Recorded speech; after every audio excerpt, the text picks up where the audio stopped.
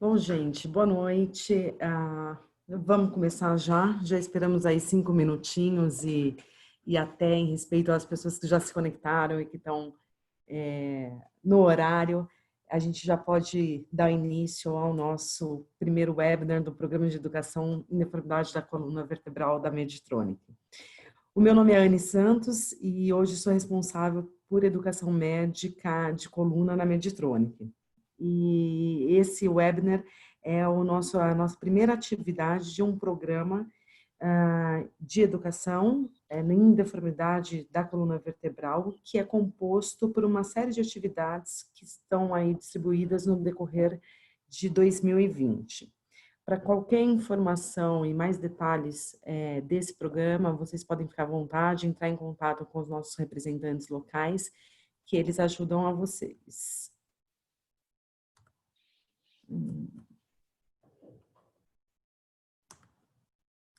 Só para mostrar um pouquinho, então hoje a gente começa com técnicas de correção de deformidades vertebrais, com o Dr. André Andujar e o Dr. Elton Defino, e aí as próximas atividades para acontecerem durante esse semestre, tá?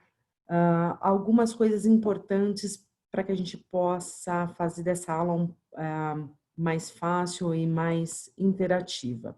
Vocês devem estar vendo aí na tela de vocês, se a gente não compartilhar, vocês vão enxergar sempre o nome da pessoa com quem está falando, Você vai olhar no final da sua tela um microfoninho que vai estar sempre no modo mute, ou seja, você não consegue falar, então nenhum participante consegue interagir, consegue falar nesse webinar, mas vocês conseguem mandar perguntas sim, e a gente vai responder, os médicos e os doutores vão responder as perguntas que forem enviadas.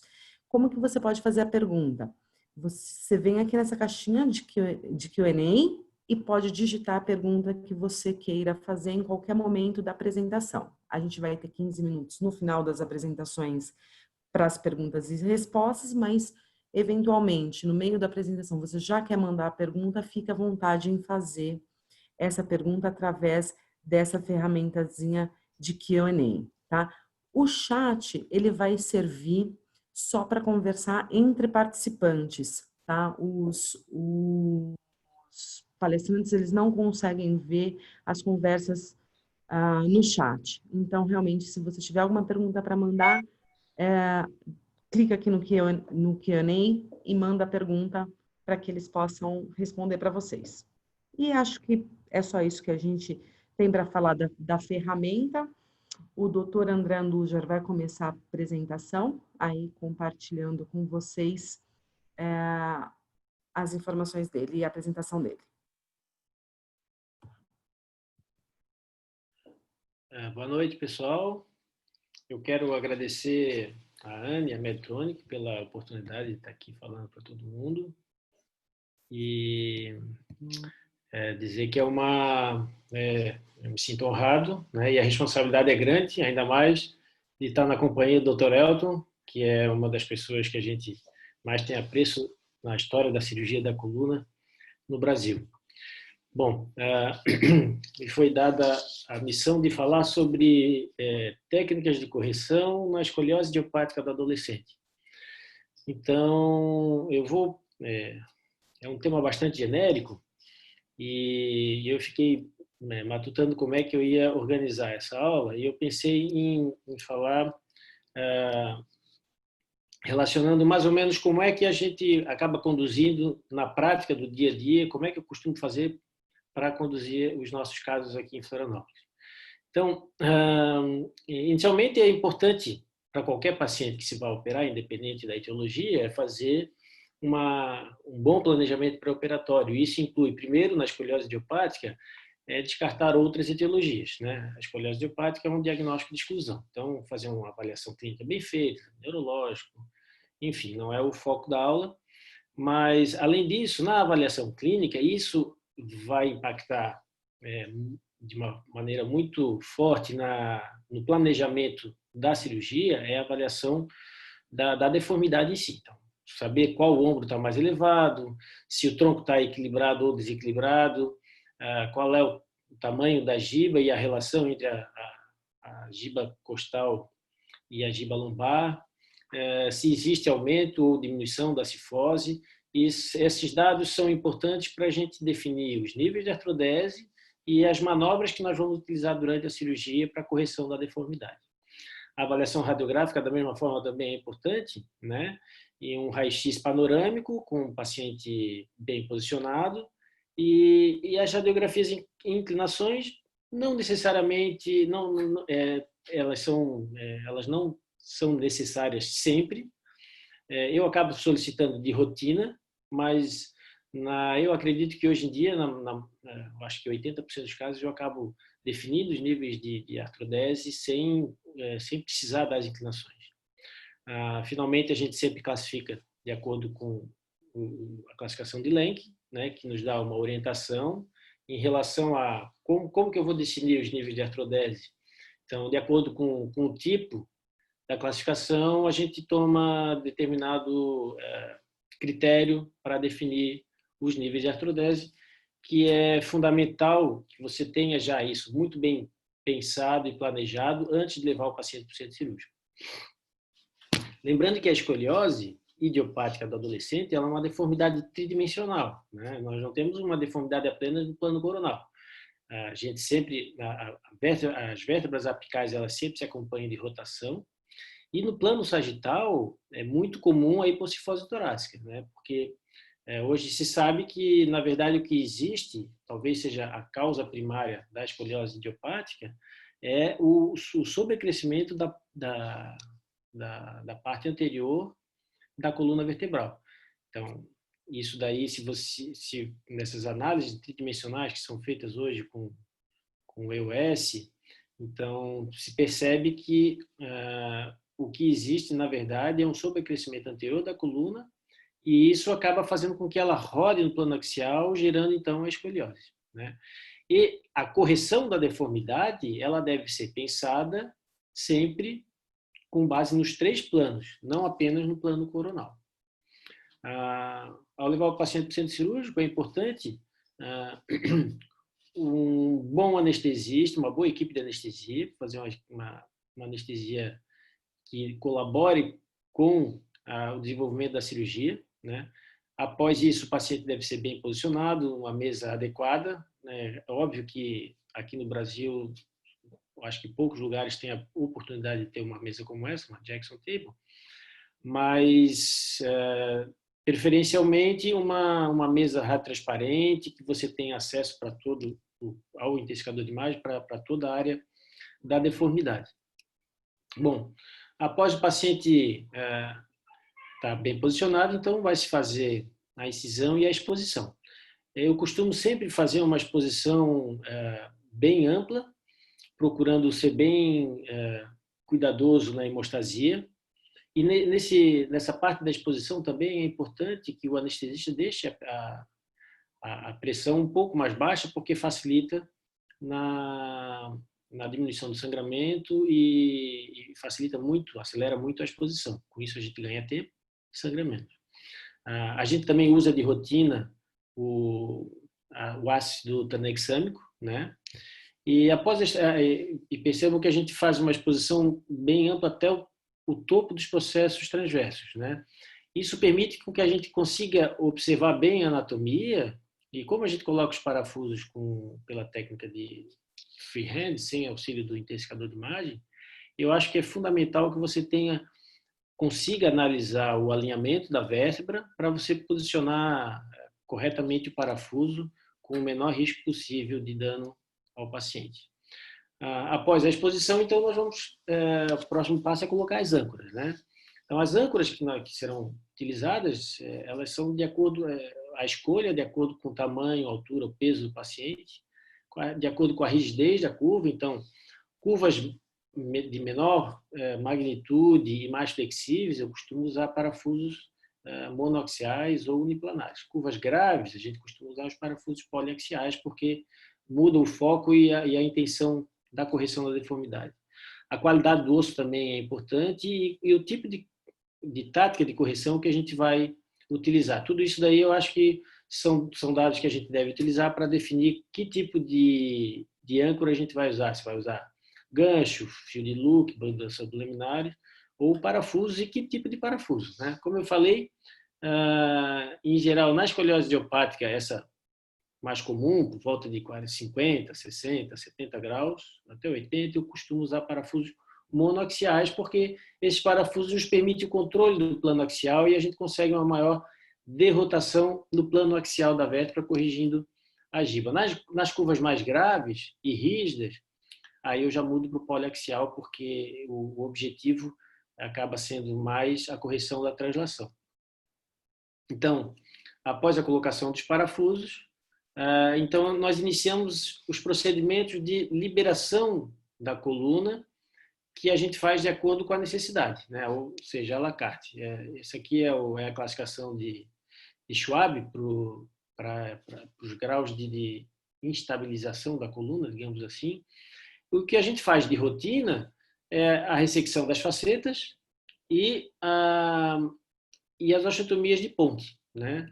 Então, Alberto Ponte descreveu essas osteotomias na década de 80. Aqui eu bati uma foto com ele lá no SRS em Praga. E ele descreveu para correção da cifose de Scheuermann. Então, as osteotomias de ponte eu costumo fazer em quase todos os níveis, né? E ela consiste na liberação do ligamento amarelo e das facetas, permitindo com que a curva se torne mais flexível, facilitando a correção, aumentando o grau de correção, inclusive, e também, como existe uma hipocifose torácica, como a cifose torácica está diminuída na maioria dos casos de escoliose idiopática do adolescente, o que a gente percebe é que existe um encurtamento também do ligamento amarelo. E quando a gente quer corrigir no plano coronal e no plano axial, e também no plano sagital, principalmente, querendo trazer as vértebras apicais da curva para trás, para criar cifose, o ligamento amarelo ele impede isso. Então, a liberação do ligamento amarelo, ela facilita com que a gente consiga puxar as vértebras apicais posteriormente, fazendo assim uma correção melhor da cifose torácica no plano sagital.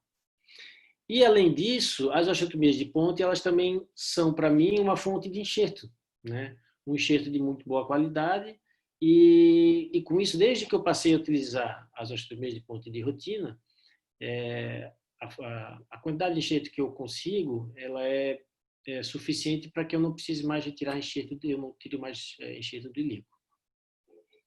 O Ponte descreveu isso na coluna torácica e o Schafferberger descreveu o mesmo procedimento, só que na coluna lombar, é a mesma coisa, só uma questão de crédito. E então, o primeiro passo é fazer a facetectomia, né, que seria o tipo 1 de Schwab. A gente faz a curetagem da faceta para facilitar a artrodese e depois, então, a gente procede com a osteotomia de ponte, que é, então, o tipo 2 daquela classificação de Schwab. Então, resseca-se os ligamentos supra e interespinhoso. Aí, então, se abre o ligamento amarelo e, normalmente, eu faço isso com o auxílio de um Kerrison. A gente leva a ressecção do ligamento amarelo e a ressecção das facetas de lado a lado.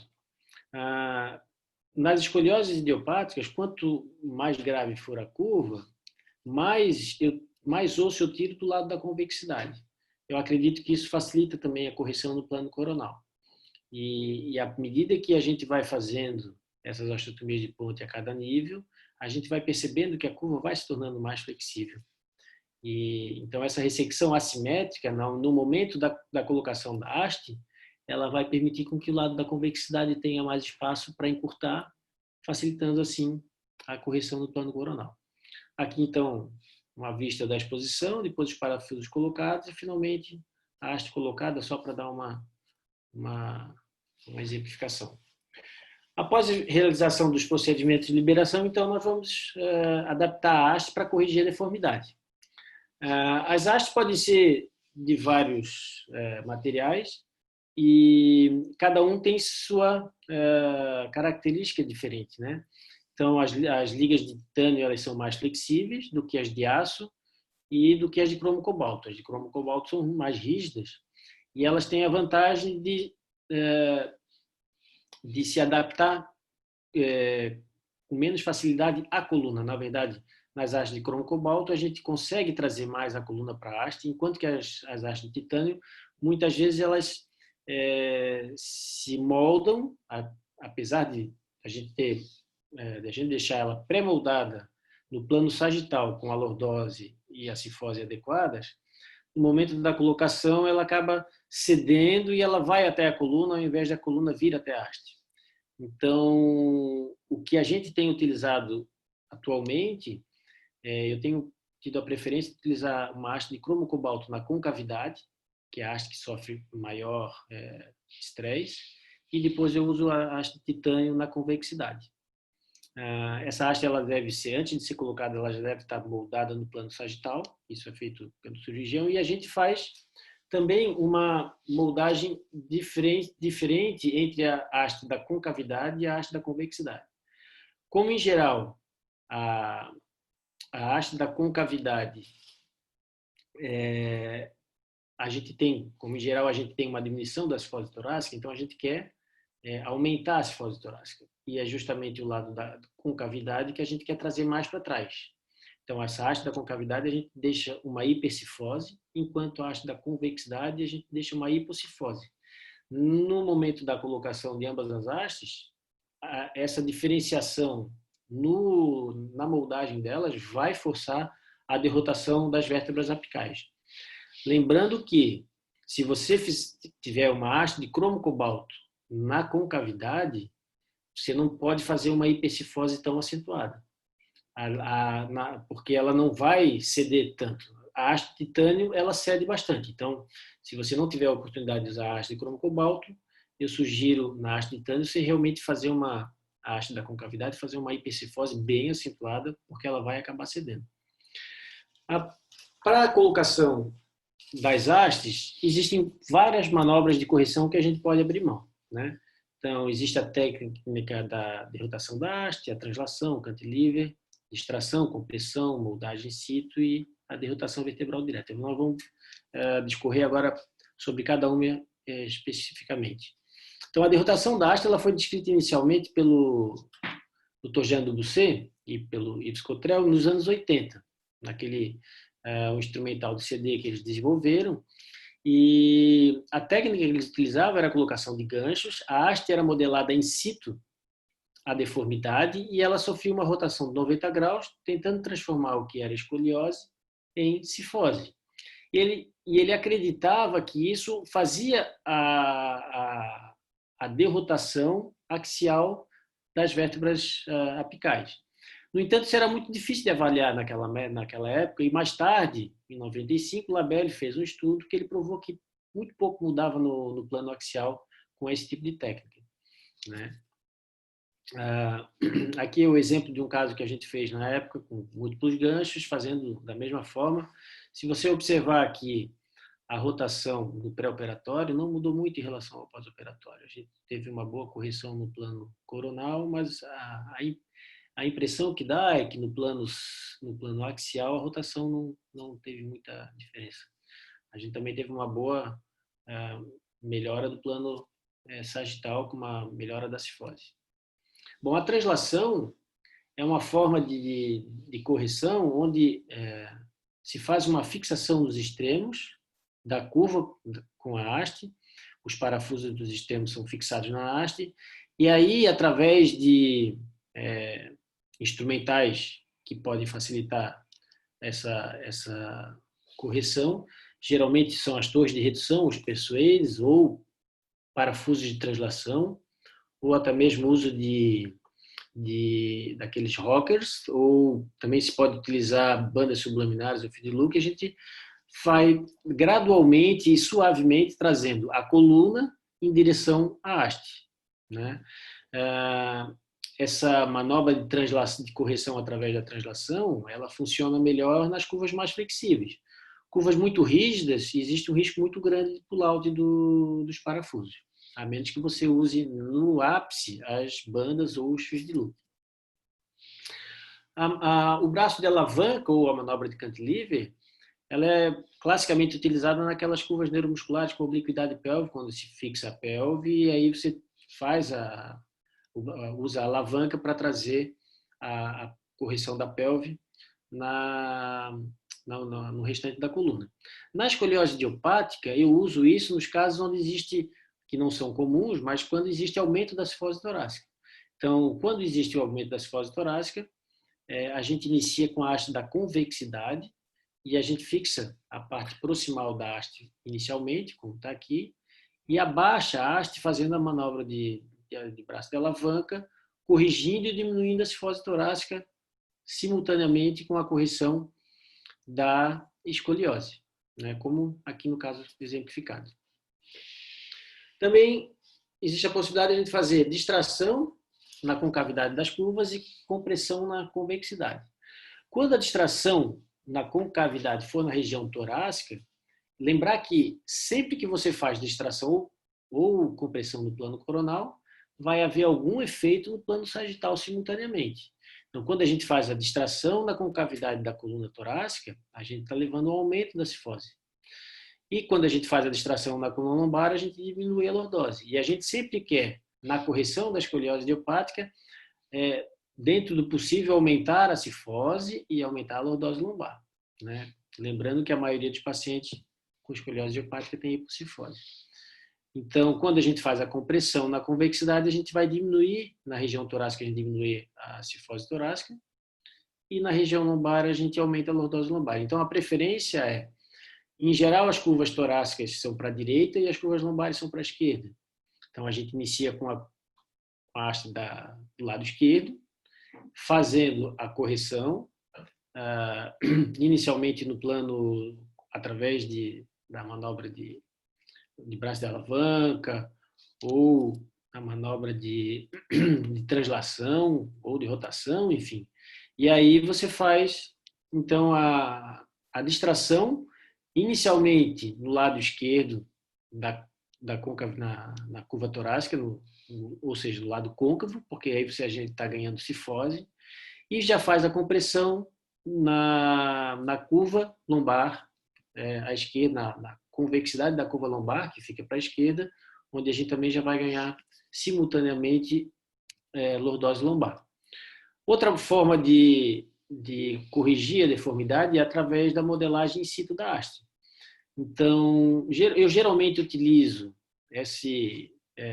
essa forma de correção quando, principalmente nas hastes como cobalto, quando ela cede e ela meio que se deforma e se aproxima da coluna ao invés da coluna vir em direção à haste. Então, nesses casos, a gente pode usar o modelador coronal, quando a gente quer corrigir a escoliose, e o modelador sagital a gente usa com o objetivo, muitas vezes, de tentar aumentar a lordose lombar na região lombar. Ela funciona melhor quando a gente está utilizando a haste de aço ou de cromo cobalto, porque as hastes de aço no cromo cobalto, quando você modela, ela fica na modelagem que você deixa. A haste de titânio, ela sempre cede, e na maioria das vezes você corrige com o modelador e ela acaba retornando um pouco para a situação que ela estava anteriormente. Aqui é o exemplo do modelador coronal, né, fazendo a correção no plano coronal. E, finalmente, a derrotação vertebral direta. Ela foi descrita pelo Suki, que é um coreano, que ele, em 2004, ele publicou essa manobra onde a gente age diretamente nos parafusos penticulares, levando a rotação e a correção axial das vértebras apicais. O objetivo disso é principalmente melhorar a giba, né? Existem duas formas de fazer a derrotação vertebral direta. A derrotação em bloco, que é o que está mostrando aqui. Então, as vértebras apicais, elas são todas fixas com essas torres, e as torres em conjunto, você deve, inicialmente, antes de fazer a derrotação, deve fixar a vértebra neutra, superior e inferior, e aí você faz a derrotação de todas as vértebras apicais em bloco, com todos os instrumentais ao mesmo tempo, e fixa a porca dos parafusos às hastes. A outra forma é fazer isso segmento a segmento. Então, você fixa distalmente a vértebra que está neutra, e aí, nível a nível, você vai derrotando um nível em relação ao outro, né? Gradativamente e sucessivamente em direção proximal. São formas diferentes. Eu acredito mais nesse segundo método. Eu, particularmente, na minha prática, não utilizo muito a derrotação vertebral direta, porque eu acho que a gente acaba perdendo muito tempo, eu não vejo sinceramente, muito ganho com essa manobra. Eu acredito muito na utilização de parafusos monoaxiais ou uniplanares e hastes rígidas, principalmente a de cromo cobalto na concavidade, e a diferença de modulação da haste, associando depois a compressão e distração na concavidade e na convexidade, de acordo com o tipo de curva que você tem.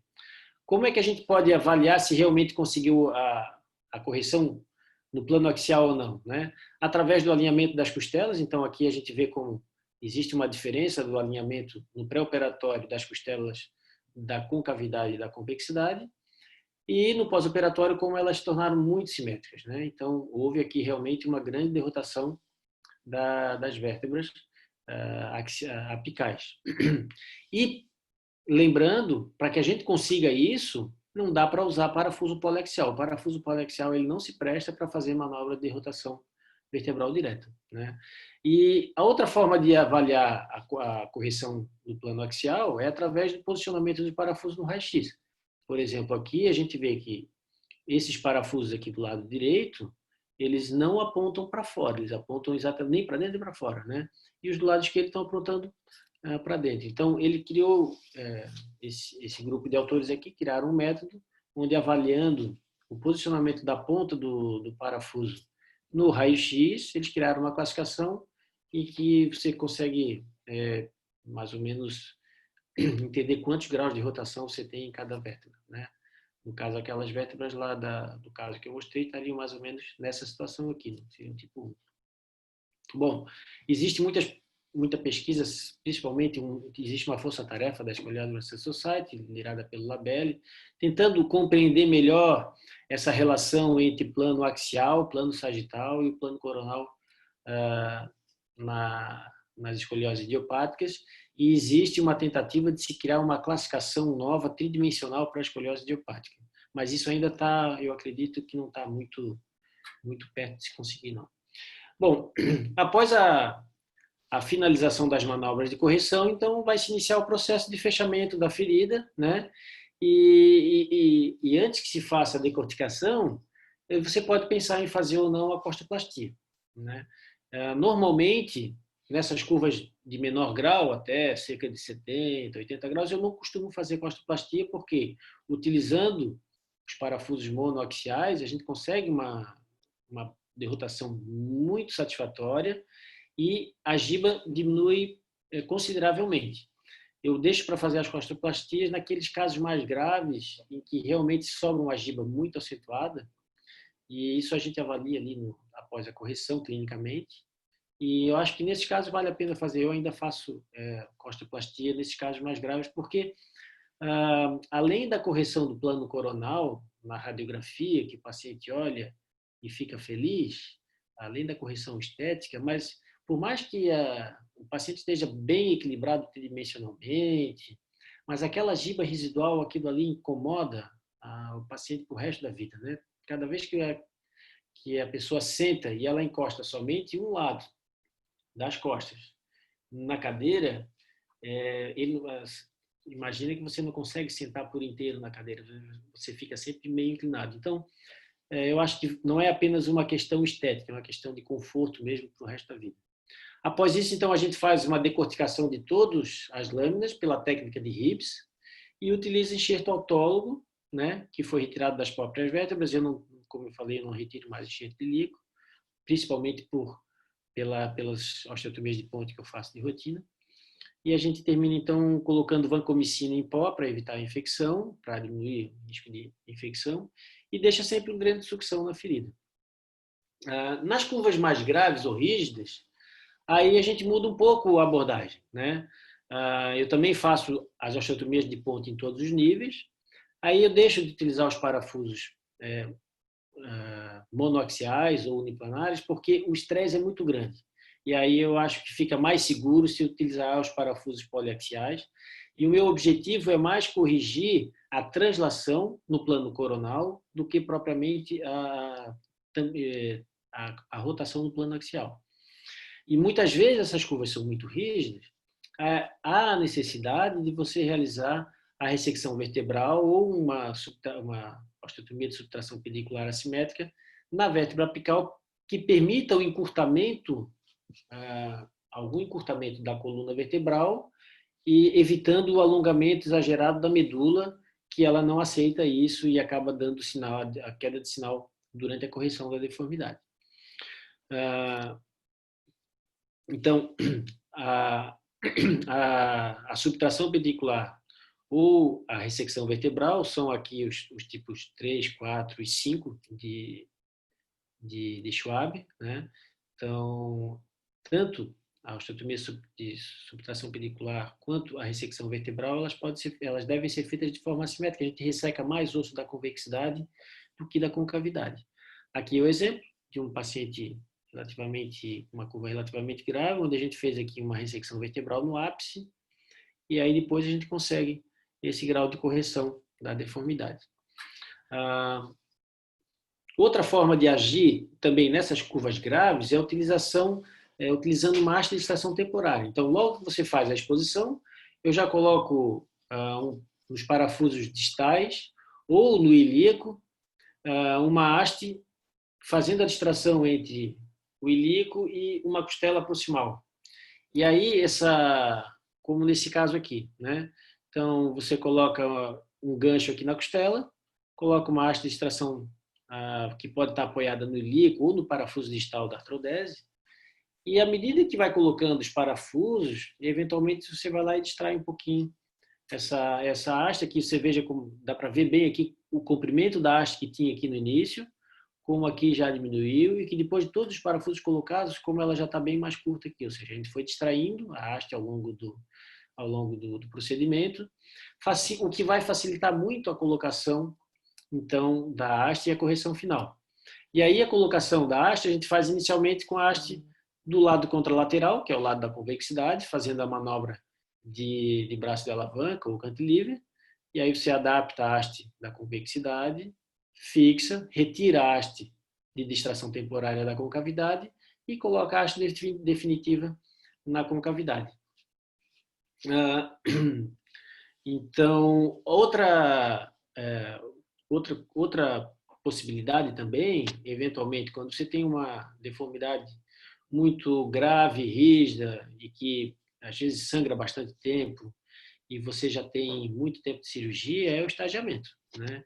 Então, se passou muito tempo, a cirurgia está difícil, o paciente já sangrou bastante, muitas vezes começa nesse ponto, pode até haver queda de sinal da medula, então se para o procedimento, fecha, estagia, e 1, 2 semanas depois você volta com o paciente recuperado, paciente equilibrado, a equipe cirúrgica descansada, para fazer aquele restante final da cirurgia. Muitas vezes, já aconteceu comigo de eu voltar para o segundo tempo pensando que eu iria fazer uma ressecção vertebral, e o que acontece é que quando a gente faz você deixa entre uma cirurgia e outra uma haste de extração temporária dando, como, por exemplo, nesse caso aqui, você deixa uma haste fixando com uma correção parcial, e quando a gente retira essa haste no segundo tempo, a coluna não volta para o que estava antes, ela continua naquilo ali. Então, uma curva de 100 graus que você deixou lá em, digamos, 60 graus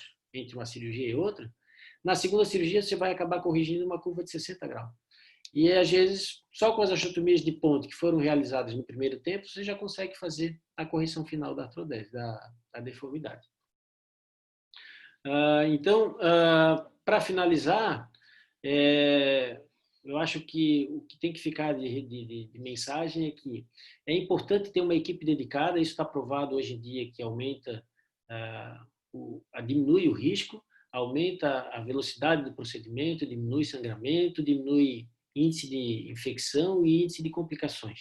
Então, o mesmo anestesista que está habituado a fazer anestesia para escoliose, o mesmo circulante, o mesmo instrumentador, o mesmo técnico de radiologia para manipular o intensificador de imagem, o mesmo médico que faz, o mesmo neurofisiologista, os mesmos cirurgiões e auxiliares, né? A conduta padronizada dentro do centro cirúrgico, utilizando checklist, o planejamento pré-operatório bem feito, então você chega no centro cirúrgico já sabendo o que vai fazer, o que vai ser feito, com um planejamento todo já bem organizado. É importante também, para que a gente consiga bons resultados do ponto de vista de correção de deformidade, você tem implantes confiáveis e versáteis, né? Os instrumentais que nos permitem trazer a coluna para a haste, eles precisam ser versáteis e precisam funcionar bem, né? Isso atrapalha muito a cirurgia quando você tem um material que não é muito adequado. Pensar sempre na correção dos 3 planos, não apenas o plano coronal. E não esquecer que a gente está fazendo uma artrodese. Então, no final da cirurgia, é importante fazer uma boa decorticação, uma colocação de enxerto em boa quantidade, para que você, então, consiga realmente obter artrodese, e que é o que vai manter a correção da deformidade para sempre. Eu quero ficar aqui à disposição para qualquer dúvida, qualquer troca de ideia. Eu acho que o Dr. Elton agora vai ficar com a palavra. Eu acho que volta para a Anne primeiro, né, Anne? Mas antes eu queria lembrar que vai ter daqui um mês, exatamente daqui um mês, o Current Concepts in Spine Deformity, que é um curso da SRS, que pela primeira vez vem para o Brasil. Ele é um curso conceitual. Na missão da SRS, está definido que ela deve levar o melhor tratamento possível para os pacientes com deformidade da coluna. E isso não está definido aonde. Então, eles consideram que isso é no mundo inteiro. E a melhor forma de se levar o melhor tratamento é você educar os cirurgiões ao redor do mundo. Para isso, foi desenvolvido, então, um core currículo. Houve uma força-tarefa da SRS, eles desenvolveram um currículo onde ficou lá definido tudo que um cirurgião de coluna, um ortopedista pediátrico deve saber no tratamento das deformidades de coluna. E é com base nesse core currículo que foi desenvolvido esse tipo de curso. Todo o programa científico desse curso, do Current Concepts in Spine Deformity, é baseado no core currículo da SRS. Então, nós teremos a presença de grandes palestrantes internacionais e a gente espera contar com a presença de todos aqui. Eu tenho certeza que vai ser um grande curso. Estamos esperando vocês. Obrigado, Anne. Termina aqui. Obrigada, doutor André. E com certeza a gente acredita aí na missão da SRS e por isso que a gente apoia a sociedade globalmente e estaremos juntos lá em Florianópolis com vocês. Legal. Passando agora o doutor Elton, que vai fazer a apresentação dos casos.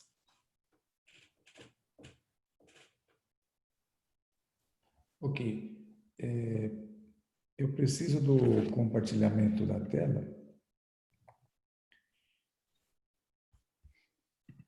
Está dizendo aqui que o André tem que deixar de compartilhar para poder entrar.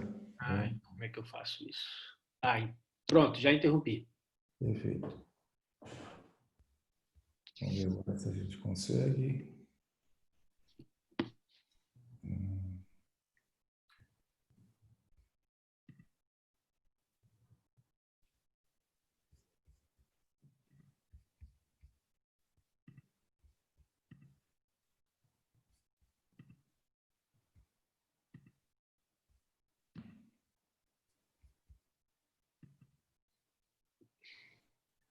Está pedindo aqui uma senha, Anne. Reinicia o aplicativo.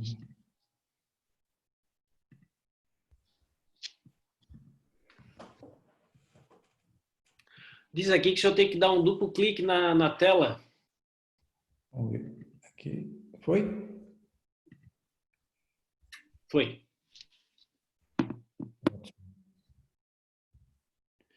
Está tudo ok? Sim, estamos vendo. Então, ótimo. Bom, André, parabéns pela pela apresentação. Você colocou muito bem os conceitos básicos aí. Eu vou apresentar alguns casos e a gente vai comentando em cima dos conceitos que você já colocou. Fazendo uma breve recordação, nós temos aí diferentes forças corretivas que você colocou muito bem, e de modo que o destaque hoje é para a força de derrotação, que é para permitir essa correção tridimensional. Além das forças, nós temos as técnicas, né? Osteotomias, que você mostrou, a ressecção e também a costoplastia, além dos diferentes tipos aí de osteotomia, né? O adponte, a subtração pedicular ou a ressecção vertebral, que dependendo de caso a caso a gente aplica. E muito importante lembrar ainda dentro dessas técnicas a costoplastia, né? Nós temos a costoplastia da concavidade, a costoplastia da convexidade. A costoplastia da concavidade é muito pouco difundida em nosso meio, mas é uma técnica muito antiga, que foi desenvolvida na França por Stanharat, na época ainda das hastes de Harrington. E depois eu vou mostrar alguns casos, ela tem algumas vantagens. A costoplastia da convexidade já é mais conhecida e talvez não mereça tanta explicação. A ênfase aqui vai ser dada para a derrotação, que dentro dessas manobras e juntamente com o desenvolvimento dos novos implantes, né, a ideia da derrotação ela foi desenvolvida por Such, como o André já comentou, mas ela criou um grande horizonte, abriu um novo espaço aí para a correção das deformidades. Isso aqui também já foi comentado, os diferentes tipos. Então, vamos passar para alguns casos clínicos, e aí eu vou mostrando aí o que foi feito, e gostaria que o André fosse comentando, e os colegas aí que estão assistindo fiquem à vontade para realizar perguntas. Então, um paciente de 15 anos de idade, uma escoliose idiopática, um LENC tipo 2, tipo A, e com uma cifose normal, dentro da normalidade. A técnica de correção que foi realizada seguiu aí basicamente os conceitos que o André mostrou. Nesse caso em especial, foi possível utilizar parafuso monoaxial, nem sempre isso é possível, ele já comentou, mas sempre que possível, ele permite uma melhor correção. Foi utilizada a haste de cromo-cobalto, a grande vantagem aí é a manutenção e a força de correção. E aqui o aspecto pós-operatório, né? Então, uma boa correção no plano coronal, da rotação, da giba, né? Só um comentário, eu sempre faço a incisão reta, né? Muitas vezes ela fica curva depois da correção, outras vezes não. Por isso que eu não opto em seguir a direção da curva. Bom, André, fique à vontade para fazer seus comentários e reforçar os conceitos que você apresentou. Bom, com relação à incisão, normalmente, sabe como é que eu faço? Eu calculo, eu tenho a linha média, né? E aí eu traço a linha dos processos espinhosos e eu faço uma incisão entre a linha média, uma linha intermediária entre a linha média e a linha dos processos espinhosos, a linha da escoliose, literalmente. E o que acontece é que normalmente eu consigo fazer com que no final ela fique, a incisão fique bem retilínea. É claro que a gente nem sempre consegue acertar porque é difícil. Eu me lembro que quando a gente usava o material de Harrington ou Hartl, a gente fazia uma incisão exatamente na linha média, porque a pele não ia para o outro lado, né? O que a gente fazia basicamente era distração, né? E com os parafusos pediculares a coisa funciona diferente, né? Então a pele acaba indo para o outro lado. Então eu acho que tem que deixar a incisão de início meio curvilínea para que ela venha para a esquerda e acabe ficando mais ou menos na linha média. Uma coisa que eu esqueci de falar com relação ao senhor falou ali na correção da giba, da rotação vertebral direta, é que a gente não deve empurrar a giba para baixo, porque nessa situação você acaba retificando a cifose torácica, né? E uma outra coisa com relação a esse caso aqui exemplifica muito bem, que é tentar nivelar ao máximo a última vértebra instrumentada em relação à pelve.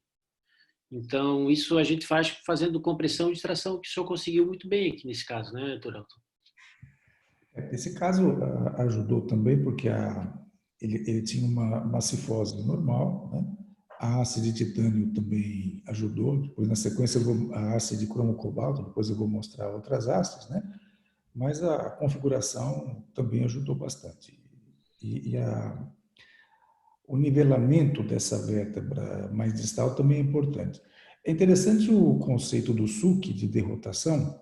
O Suki ele desenvolveu uma classificação própria que é um pouco difícil de entender, mas ele faz, depois que ele derroda o ápice, ele derroda, e dependendo do tipo da curva, e aí a dificuldade de entender o conceito dele, ele derroda do lado oposto, né? Vou Isso. mostrar, talvez aqui, ó, só para lembrar como que era, e talvez aqui, vendo o final, talvez a gente pudesse ainda ter derrodado um pouquinho mais essa base aqui, né? Bom, vamos passando para frente. Então, aqui só mostrando o pré e o pós, uma correção aí dentro do aceitável, né? E forçando Eu acho aí. que é importante frisar que houve uma manutenção muito boa da cifose torácica, né? E lembrando que o senhor faz osteotomias de ponte, de rotina? Faço. Nesse caso não foi preciso, mas eu faço. Na sequência eu vou mostrar vários casos aí. Eu gosto muito da osteotomia de ponte. A única desvantagem é o sangramento, né? Você já está numa etapa da cirurgia que sempre sangra um pouco mais, né? Agora, ela mobiliza muito. Na sequência vai aparecer É. bastante osteotomia. Os primeiros trabalhos que surgiram em escoliose idiopática com parafusos pendiculares, havia a crença que os parafusos eram lordotizantes da coluna, né? Mas, na verdade, eu acredito que tem a relação com isso daí. Se você não... eu acho que são dois componentes principais que fazem com que haja a diminuição da cifose torácica quando você corrige utilizando os parafusos. Na verdade, três, né? Um deles é o ligamento amarelo que fica encurtado e não deixa a coluna vir para trás, né? O outro é a haste de titânio, que não existia cromo cobalto antigamente, então a haste de titânio ela é muito flexível, ela acaba indo para a coluna ao invés de trazer a coluna para trás, né? E a terceira é que existe realmente um sobrecrescimento anterior da coluna. É muito complicado a gente conseguir corrigir o sagital, o axial e o coronal ao mesmo tempo, sendo que, porque para você conseguir isso, você tem que praticamente esmagar o disco lá na frente, né? E isso é muito difícil. Então, esses estudos que têm sido feitos com o EOS têm demonstrado isso, né? Você comentou algo muito importante aí, que pouca gente comenta, mas quem tem bastante experiência como você, naturalmente acaba dizendo, que é o ligamento amarelo, né? É impressionante quando a gente faz a osteotomia de ponte, muitas vezes dá a impressão, a sensação que a retirada do amarelo é até mais importante do que a da faceta, né? Ele é bem espessado e é um componente importante. André, gostaria do seu comentário. Você percebeu que aí eu estendi a fixação mais proximal, né? Isso, uhum. Realmente, a curva era mais flexível, mas eu tenho feito isso para preservar o ombro, principalmente em curvas que a gente busca uma grande correção como essa. Fique à vontade para fazer o seu comentário com relação a isso. Bom, se a gente olhar especificamente a radiografia, na verdade, eu acredito que isso aqui seja uma LENC 1A, né?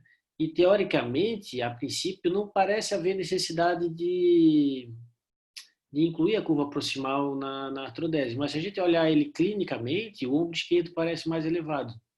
Então, se você, nesse paciente aqui, eu acho que se talvez não tivesse, se o senhor não tivesse incluído a curva proximal, ele muito provavelmente teria terminado com o ombro esquerdo bem mais alto do que o direito. Então, eu acho que por isso que lá no início da aula eu falei, é importante uma avaliação clínica, não é só no raio-x que a gente define os níveis de artrodese. Concorda? Não, muito bom, muito bom. Vamos seguir. Aqui eu vou passar um pouco mais rapidamente.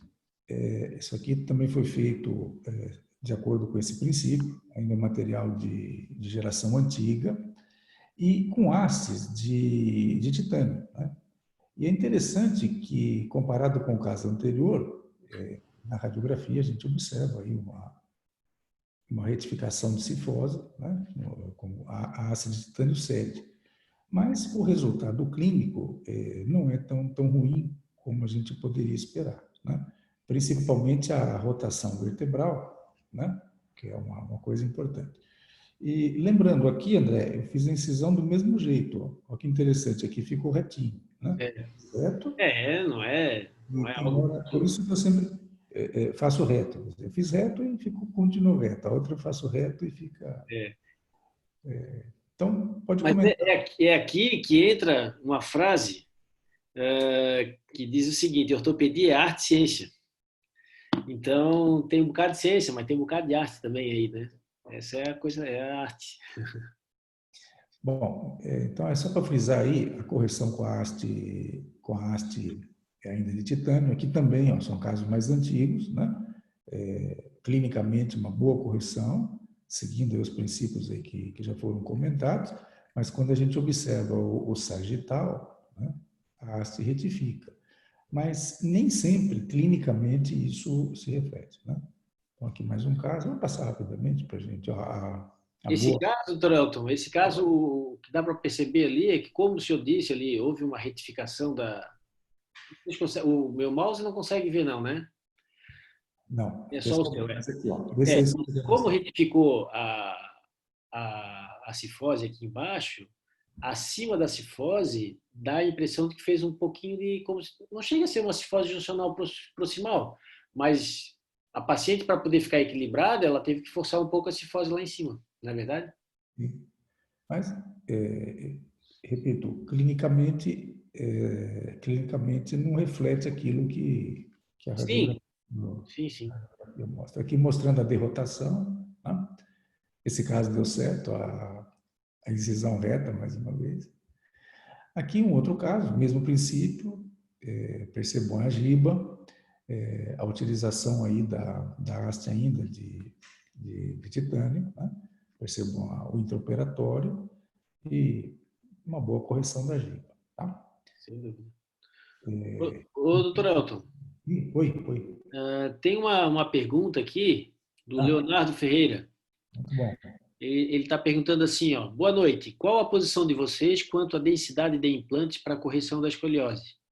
Há um trabalho de 2017 na Spine, onde o Tsiricus e colaboradores propõem a instrumentação das extremidades cranial e caudal bilateral e apenas das convexidades. O que acham? O senhor Olha, tem eu alguma... acho, vou responder fazendo uma metáfora. Isso para mim é igual aquele brinquedo de palito, lembra? Que a gente ia tirando, de repente caiu. Eu acho que um caso como esse, talvez hoje eu tivesse economizado implantes do lado da convexidade, com certeza, talvez não teria instrumentado tanto. É que você nunca sabe, né? Se você está usando implante de mais ou implante de menos. O que a gente sabe é que quanto maior a correção segmentar, melhor a correção, e isso auxilia, inclusive, na artrodese, porque hoje a gente não utiliza tanto enxerto como no passado. Mas é uma questão em aberto. Eu acho que, com certeza, e posso até utilizar esse caso como exemplo, poderia ter utilizado menos implantes, né? E é muito crítico saber o número exato, mas eu acho que é uma pergunta em aberto. Pode Na responder minha, você também, que você deve ter a sua opinião. na minha concepção, eu acho que depende basicamente de dois fatores, né? Um é se a curva é muito mais grave, mais rígida, daí eu preciso, se eu diminuir a quantidade de parafuso, eu vou aumentar a quantidade de estresse em cada parafuso. E se você tem muito estresse em cada parafuso, aumenta teu risco de quebra de pedículo, uma lesão, até uma lesão medular. Então, quanto mais grave e mais rígida for a curva, mais implante você precisa para ter maior poder de correção, maior segurança e dividir o estresse em cada parafuso. Então, assim, eu acredito que outra coisa é a qualidade do implante, né? Se você tem implantes com boa pega, você vê, a gente sente isso quando bota o parafuso, né? Aquele implante dá segurança, né? Quando a haste é boa, quando você tem instrumentais que te facilitam a correção da deformidade e você tem uma curva flexível, uma curva até certo ponto moderada, aí eu acho que cabe você economizar alguns parafusos, mas assim, sempre mantendo aquilo que ele falou ali. Você tem que fixar, eu acho que 4 proximais, 4 distais e a vértebra apical tem que ter 2, e aí nos níveis intermediários, então você pode ir intercalando um parafuso sim, um não em cada lado. Então, mas aí para curvas menores com bom implante.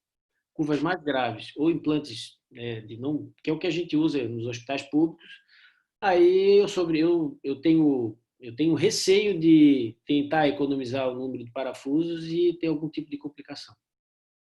Muito bom. Aqui um outro exemplo, só adiantando que aqui a decisão de estender era por conta do plano sagital, né?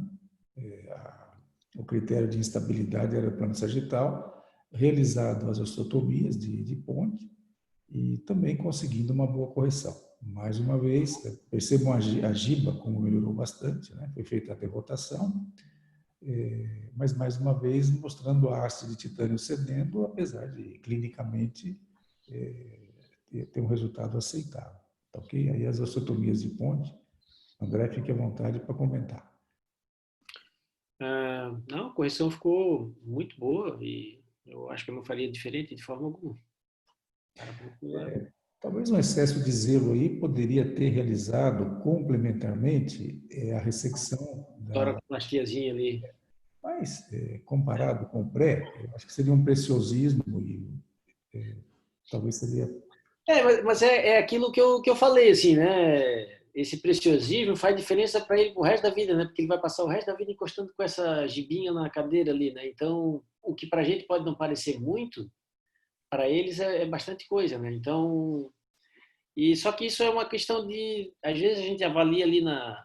Eu houve uma época em que eu fazia costoplastia de rotina, na época que a gente usava gancho, né? Depois, quando eu comecei a usar os parafusos e comecei a ter bastante correção no plano axial, a giba diminuiu bastante e eu parei de fazer costoplastia. Daí eu não fazia mais, porque o leque também tinha apresentado uns trabalhos mostrando que a costoplastia acabava tendo impacto na função pulmonar no pós-operatório.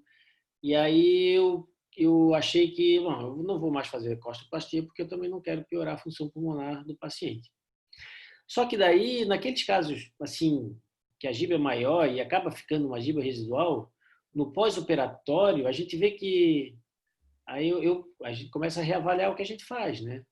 E eu comecei a repensar os meus conceitos. E eu comecei a ver, não, acho que em alguns casos vale a pena a gente fazer a costoplastia, porque a correção vai valer a pena para o paciente, né? E eles ficam muito satisfeitos quando se corrige a giba completamente. Então, eu acho que, nesses casos assim, eu repensei e passei a fazer novamente. Mas em casos selecionados, não é em todo mundo.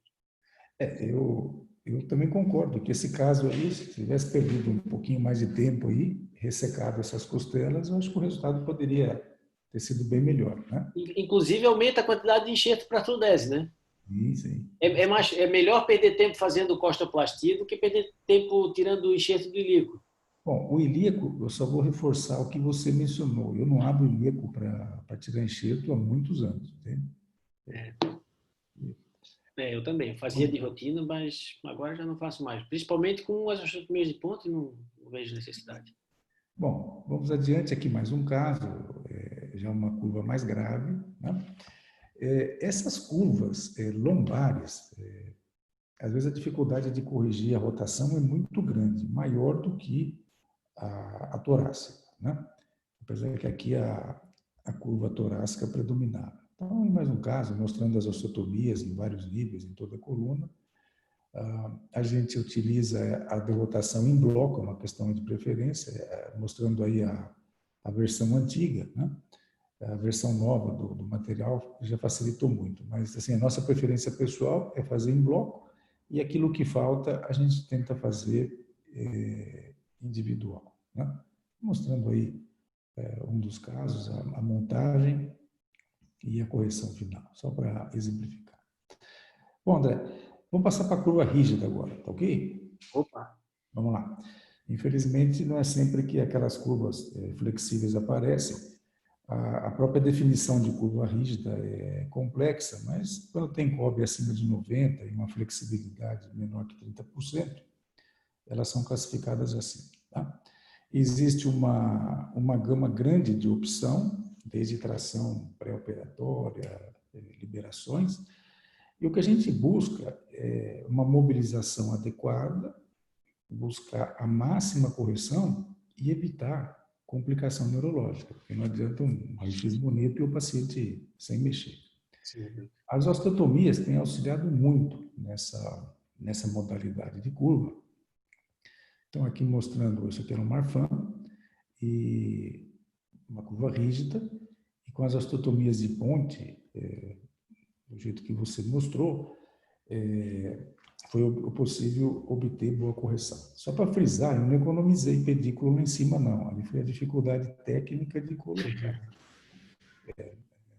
Nem sempre a gente consegue colocar o parafuso onde a gente quer. Né? Ah, sem dúvida. Mas foi muito bom, cara, o resultado do caso. Parabéns. Aqui um outro caso, também de duas curvas muito rígidas, né? Perceba a giba e osteotomia de ponte em vários níveis. Mais uma vez a haste mais flexível, mas a gente consegue uma boa correção. Né? Então, só corroborando aquilo que você mostrou das osteotomias de Smith-Peterson, porque no passado, e não tão longe, essas curvas eram tratadas com liberação anterior. Né? É verdade. Aqui um outro caso, outro Marfan, também feito a liberação, mesmo subindo até a parte proximal, no pós-operatório a gente observa aí um ombro esquerdo mais elevado. Tá?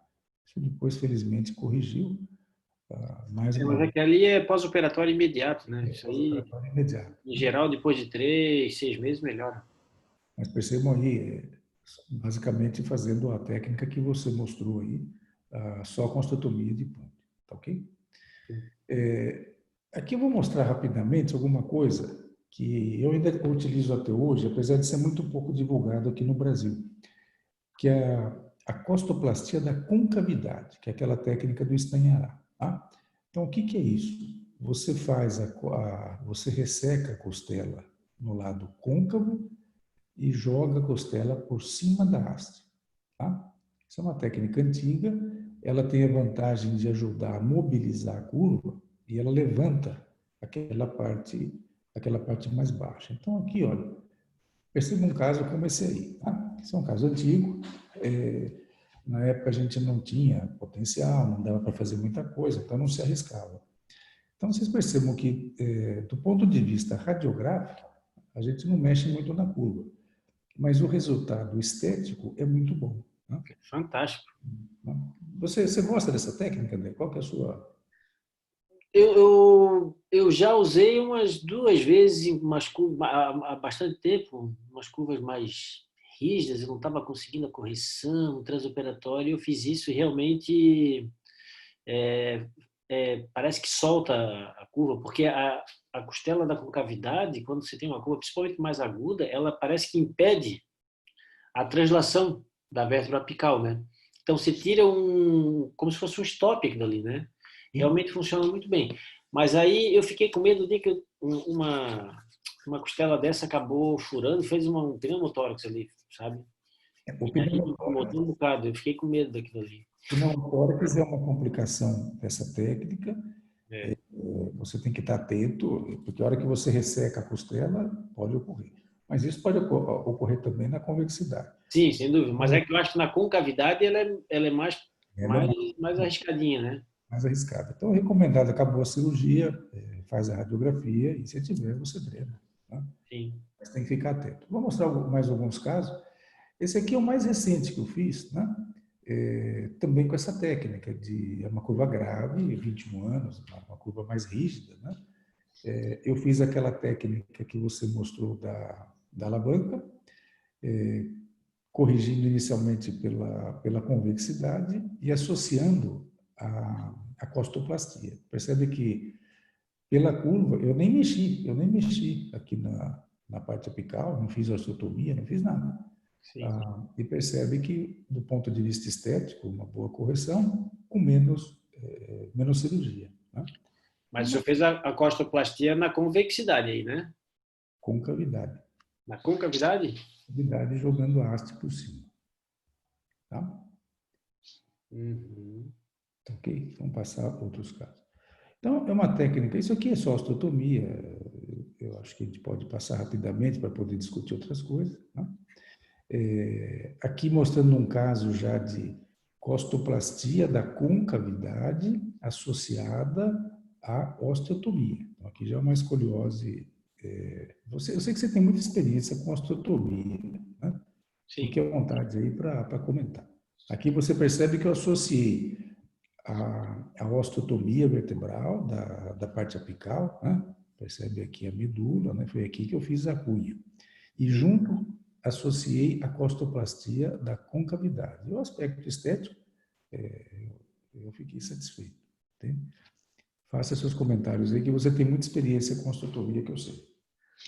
Eu acho que nessas situações assim, a curva bem rígida, e se você quiser corrigir a escoliose de qualquer jeito, você vai alongar muito a coluna e a medula não admite isso, né? Então você tem que encurtar a coluna de alguma forma, né? E tem que ressecar osso, né? Agora, lembrando que o objetivo não é deixar a coluna reta, né? O objetivo é obter um equilíbrio tridimensional do tronco do paciente, né? Então, muitas vezes você tem uma correção proximal e distal muito boa e no meio aquele ápice da curva um pouco rodado ou até lateralizado, mas com o auxílio da costoplastia, como o senhor está mostrando, o paciente fica extremamente satisfeito, que é isso que ele precisa, né? Ele precisa sair satisfeito, não com o raio-x, ele precisa sair satisfeito com o corpo dele, né? Que é o que o senhor conseguiu aqui. Eu acho que a conduta foi fantástica. Bom, aqui outros exemplos de costoplastia da concavidade, né? Percebam curvas mais rígidas e sem atuar na região apical, com resultado estético razoável, né? Aqui outro caso. Eu tenho alguns casos. Tem hora que eu fico na dúvida se vale a pena fazer uma ressecção vertebral ou se vale a pena fazer essa costoplastia. E diminui o risco neurológico. Perceba aqui mais um caso aí com um resultado clínico aceitável e minimizando o risco. Ok? A costoplastia é mais rapidinho, mais facinho, né? O senhor amarra a costela na haste? Sim, sim. A gente amarra com um fio mais grosso, né? E ali é ancorado. Né? É bom para a coronária do cirurgião também, isso ninguém fala, né? Como é que é? É bom para a coronária do cirurgião. Bom, mais um caso da osteotomia, aqui mostrando aquela técnica do Jafobard, né? Realmente ele revolucionou a correção da lombar com essas osteotomias. Mais uma vez, osteotomia, né? Como eu disse, eu gosto muito dessa técnica. Vamos partir agora para a ressecção vertebral, né? Você já frisou na sua aula que isso existe, aí mostrando as figuras, né? Só para exemplificar. Eu raramente eu faço a ressecção vertebral para escoliose. Eu sempre que possível eu corro. Mas alguns casos, como esse aqui, né, uma neurofibromatose, não tem jeito. Né? Então, aqui mostrando o resultado imediato. Essa paciente, no decorrer do tratamento, como era uma neurofibromatose, ela apresentou quebra de haste, teve várias intercorrências. Mas pelo menos o resultado inicial aí, a ressecção vertebral foi satisfatória. Você gosta muito de fazer ressecção em curvas mais graves, né? Eu gosto, mas em escoliose idiopática do adolescente, dificilmente a gente faz ressecção vertebral, né? Só naquelas curvas assim muito graves e muito rígidas mesmo, né? E agora em neurofibromatose eu acho que é uma das poucas indicações ainda da via anterior, né? Em neurofibromatosis eu gosto muito de abordar pela frente, tirar os discos e depois ir para trás e instrumentar. E a ressecção dos discos na região mais apical, eu acho que ela me dá dois grandes benefícios. Um é aumenta muito a mobilidade da curva, que são curvas geralmente rígidas, né? E segundo, que ela também me garante artrodese pela frente. E que a neurofibromatosi é um problema, porque a neurofibromatosi tem um índice alto de pseudoartrose e também, por mais que você consiga uma artrodese posterior, ela é uma doença que ela não para, ela continua, né, ao longo da vida. E muitas vezes aquela ectasia dural, aquela pulsação da dura ali vai comendo o enxerto e pode chegar numa fase da vida que pode desfazer a artrodese que a gente fez. Então, se você tem artrodese pela frente também garantindo, dá uma estabilidade maior. Então, eu quase que de rotina eu uso via anterior e depois instrumentação por via posterior. Via anterior in situ, liberação só dos discos com colocação de enxerto e a instrumentação por trás, com parafusos pediculares. Nesse caso, André, eu tentei depois realizar a complementação anterior e houve sérias complicações, né? Eu acho que se eu tivesse começado anterior aí, eu teria sido pior ainda. Mas vamos em frente. Mas concordo, neurofibromatosis é outro mundo. Eu tenho feito as ressecções principalmente em cifose. Eu também acho que tenho uma experiência parecida com a sua, escoliose idiopática grave. Você vê que eu tento fazer a cifoplastia da concavidade, né? E evito grandes correções. Essa menina era uma cifose grave. Eu, no primeiro tempo, só expus e coloquei os implantes, que já foi muito difícil, e deixei para fazer no segundo tempo. Por questões aí do sistema de saúde, o segundo tempo eu não conseguia fazer, ela piorou, né? E ela não aceitava a tração, e aí a gente foi para a ressecção. Então, a minha experiência com ressecção vertebral, acho que o slide mostra bem a gravidade, né? Eu tenho guardado mais para cifose, né?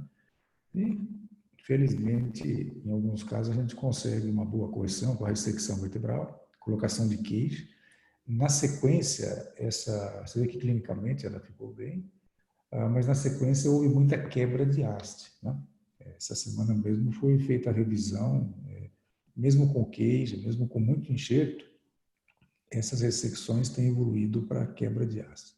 Essas ressecções, Dorelton, quando, assim, por exemplo, nesse caso aí que ficou um gap muito grande entre a metade proximal da instrumentação e a metade distal, é interessante utilizar 3, 4 hastes, né? Sim, sim. Porque dá uma estabilidade maior e evita esse tipo de problema. Agora, além do cage, foi colocado muito enxerto, né, na esperança de um batente anterior. Mas, infelizmente, a quebra de haste tem ocorrido tardiamente. Dorelton, Oi? tem uma pergunta aqui do Tiago Guirelli. Vamos lá. Ele pergunta, professor Elton, qual a sua experiência do uso de banda em curvas graves e sua indicação para escolioses por neurofibromatose, que geralmente tem formações, eu acho que ele quis dizer que tem malformações pediculares associadas, ou seja, os pedículos são malformados, né? São alterados. Então, ele está pensando... Qual é a indicação para utilizar a banda quando você não consegue colocar o parafuso pedicular? A banda, quem teve aqui em nosso meio há 2 anos atrás foi aquele professor francês, o Mazda, né? Até ele faleceu recentemente, um iraniano que trabalhava lá na França. E ele tinha uma experiência muito grande com banda, realmente uma excelente técnica. A gente não utiliza por razões econômicas, não tem acesso, mas é uma técnica muito boa, especialmente quando você não consegue, você não tem pedículo suficiente para instrumentar. Então, eu pessoalmente não tenho experiência, mas é uma boa técnica, porque você faz a ancoragem proximal, a ancoragem distal e traz a coluna até a haste. Eu acho que ela se aplica muito bem quando a gente tem uma lordose torácica muito acentuada e aí você consegue tracionar ela em direção Porque o parafuso pedicular, o que ele tem, biomecanicamente, a pior função dele é com relação ao arrancamento, né? E a lâmina é o osso mais rígido da coluna, da vértebra, e a banda, ela não é fina como o fio de Luke, e ela não rasga a lâmina por trás, então ela consegue trazer a vértebra para trás, criando a cifose necessária que a gente deseja. É uma excelente técnica, né? E muitas vezes o parafuso, a hora que faz a tração, como você mencionou, ele arranca da vértebra, mesmo com a haste mais forte. Então, assim, eu não tenho experiência, mas pelo que eu tenho visto, é uma excelente técnica. Não, funciona muito bem.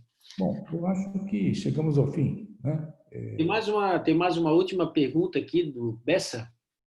Ele diz assim, ó, boa noite, qual a opinião e rotina em relação ao enxerto sintético? Olha, repito, nós temos aqui, apesar do grande volume, tem uma grande limitação econômica, né? Que ele funciona. O enxerto sintético não é o padrão ouro como o enxerto do ilíaco. Mas nas escolioses, com essas osteotomias, eu não tenho a necessidade de enxerto adicional, não tenho utilizado enxerto sintético em escoliose, e a coisa tem ido bem. Daí a vantagem também de você fazer múltiplas ancoragens, né? Que você, só de fixar aquela articulação, você tá provocando uma artrodese, né? De segmento, que é isso que interessa. Então, assim, que o enxerto sintético funciona, não funciona tão bem quanto o diríaco. No entanto, tem situações que a gente tem feito revisão de paciente que utilizou enxerto sintético, que a gente observa uma boa massa óssea. Em outras, a gente observa uma imagem radiográfica que simula um osso e aquilo está todo solto, né? Então, também tem várias qualidades de osso sintético, mas na minha experiência eu consigo fazer escoliose sem necessitar desse aporte adicional. Você usa, né? Você usa o sintético? Não uso e, assim, na verdade, tem que saber qual tipo de osso sintético e enxerto sintético se está falando, porque existem vários modelos, né? Então, tem doxapatite, tem osso liofilizado, tem um monte de coisa que pode ser utilizado, mas eu já usei muito tempo atrás e eu tive a infeliz oportunidade de revisar o caso que tinha sido utilizado e a gente vê que aquilo lá fica aquela farofa que não se adere a nada, fica solto ali no meio e eu acho que não colabora muito para a consolidação da artrodese. Eu acredito muito numa boa técnica cirúrgica, uma boa decorticação no final da cirurgia, pela técnica de Hibbs clássica, onde você descasca a lâmina, dobra a lâmina em direção à faceta e você fica com um enxerto pediculado ali e depois então joga o enxerto picadinho sobre essa lâmina decorticada. Então eu acredito muito nisso e a índice de pseudartrose que eu tenho é muito pequeno. Além do que é mais custo, né? Sim. Isso é uma preocupação grande. Bom, da minha parte era isso aí. Gostaria de agradecer o convite, agradecer o André pela excelente apresentação, os comentários, e passo a palavra para a Anne. Bom, pessoal, eu queria agradecer também todo mundo, a presença e a participação. A gente não tem mais perguntas, então estamos encerrando por aqui. Eu espero que todo mundo possa se conectar aí na nossa próxima atividade em março e espero vocês lá. Até mais. Boa noite, obrigado. Boa noite. Obrigado a todos. Espero todo mundo aqui em Florianópolis.